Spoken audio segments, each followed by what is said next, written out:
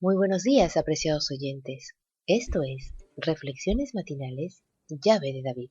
Y es muy grato para nosotros estar nuevamente juntos para gozarnos en el estudio de la palabra de nuestro Padre Eterno.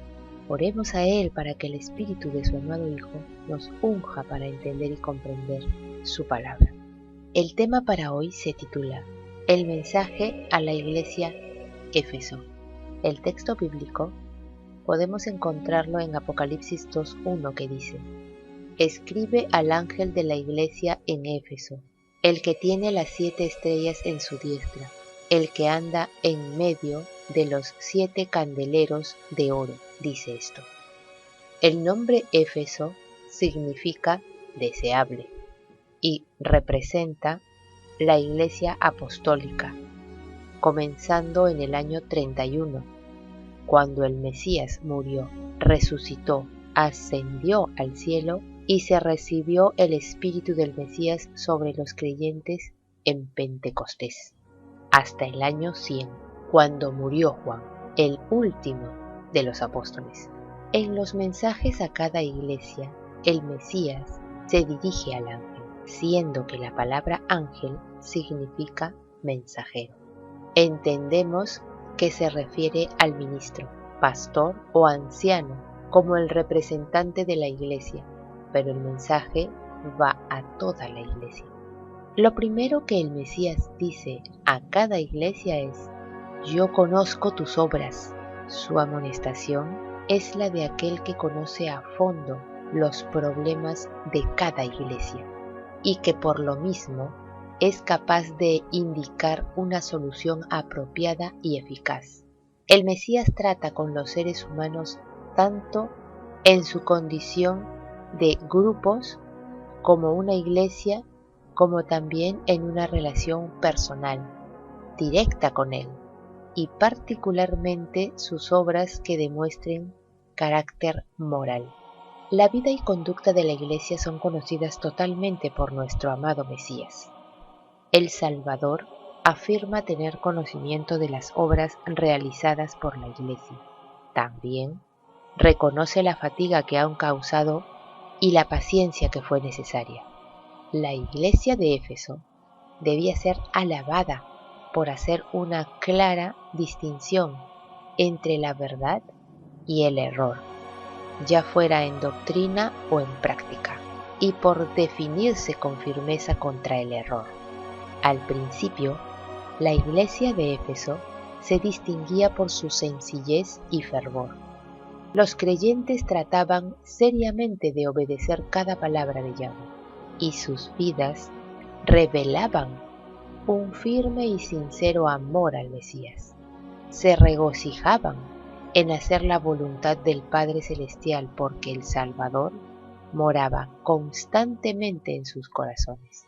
Llenos de amor para con su Redentor, su más alto propósito era ganar almas para Él. No pensaron atesorar para sí el precioso tesoro de la gracia del Mesías.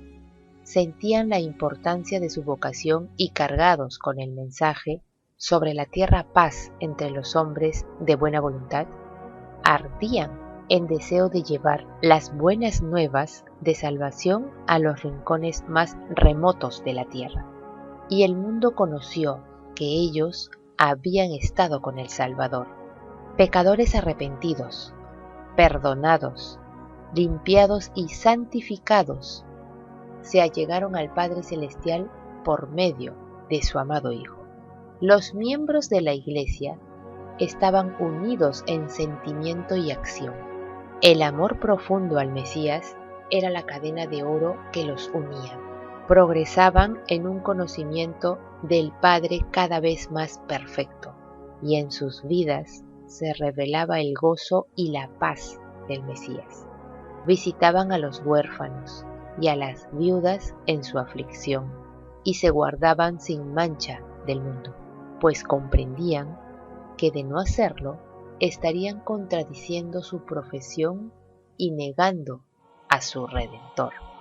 La iglesia de Éfeso se dio a conocer poniendo muy en alto el nombre del Mesías, su alta y valiosa fidelidad al nombre del Redentor, su lealtad a aquel a quien reconocían como a su padre, fue lo que los sometió a la persecución de las autoridades romanas y los indujo a sufrir a manos de los que estaban empeñados en destruir su fe.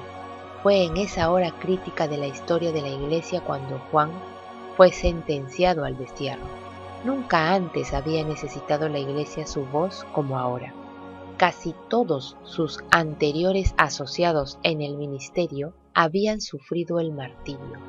El remanente de los creyentes sufría una terrible oposición.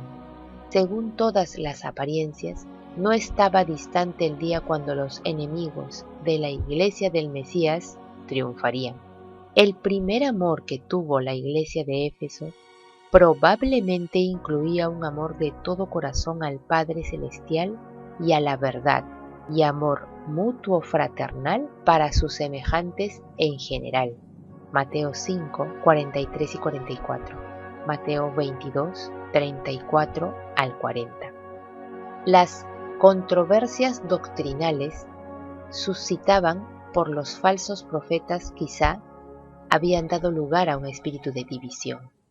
Además, a pesar de los diligentes esfuerzos de muchos para contener la marea de falsas enseñanzas, una cantidad de personas que permanecieron en las iglesias, sin duda, estaban afectadas en mayor o menor grado por ellas. La tarea de convertir los principios de la verdad en fuerza viva para lograr la transformación del carácter. Gálatas 5, 22, 23, Efesios 4, 30. Fue estorbada en la medida que el error halló cabida en la iglesia. Además, a medida que morían los que se habían relacionado personalmente con el Mesías y su testimonio dejaba de oírse, y al comenzar a borrarse la visión de la inminencia del regreso del Mesías, la llama de la fe y la consagración ardía cada vez más débilmente. La Iglesia perdería su posición como legítima representante del Mesías. La Iglesia había caído, pero la misericordia divina le dio una oportunidad de arrepentimiento. Una de las sectas heréticas que atormentó a las iglesias de Éfeso y Pérgamo, y tal vez a otras, fue la de los Nicolaitas, como una secta gnóstica, que son una rama de aquella falsamente llamada ciencia, a fin de poder confundirlos y persuadirlos de que solo hay un Dios que hizo todas las cosas por su palabra. Los seguidores de esta secta parecen haber enseñado, por lo menos en el siglo II, que las obras de la carne no afectan la pureza del alma y por consiguiente no tienen que ver con la salvación. La promesa dirigida particularmente a la iglesia de Éfeso es, en un sentido especial, para todas las iglesias de los tiempos apostólicos representadas por esta iglesia, pero aunque era particularmente apropiada para ella, se aplica también a los creyentes de todas las edades. Apocalipsis 1:11. Y para todos los fieles que están luchando contra el mal, Juan oyó hacer las promesas. Al que venciere, daré a comer del árbol de la vida, el cual está en medio del paraíso del Padre. El que venciere será vestido de vestiduras blancas, y no borraré su nombre del libro de la vida, y confesaré su nombre delante de mi Padre y delante de sus ángeles. Al que venciere, yo le daré que se siente conmigo en mi trono, así como yo he vencido, y me he sentado con mi Padre en su trono. Apocalipsis 2:7 y 3:5 y 21. Luchemos pues con fe y todas las armaduras del Padre Celestial, que tenemos a nuestro capitán, el Redentor y Salvador es nuestro capitán. Que Yahweh nos bendiga. Pasemos un lindo día. Hasta mañana.